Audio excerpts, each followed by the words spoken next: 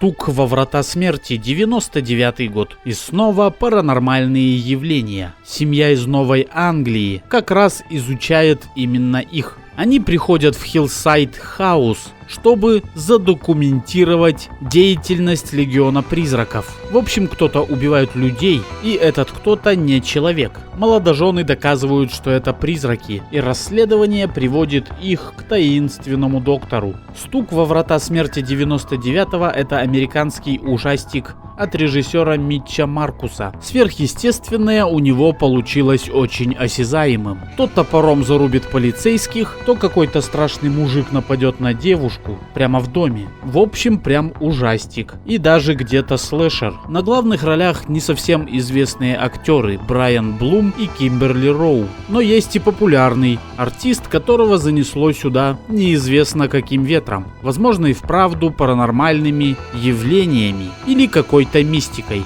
Дэвид Каррадайн появится здесь. Картину сняли на студии Роджера Кормана, и он спродюсировал фильм. Получилось простенько, но местами интригующе и даже страшновато. Если бы этот фильм сняли тогда, до 90-х, то он бы был отменным трешаком. А в 99-м такие фильмы стало снимать даже неприлично. Любители ужастиков могут посмотреть этот фильм хотя бы на разок.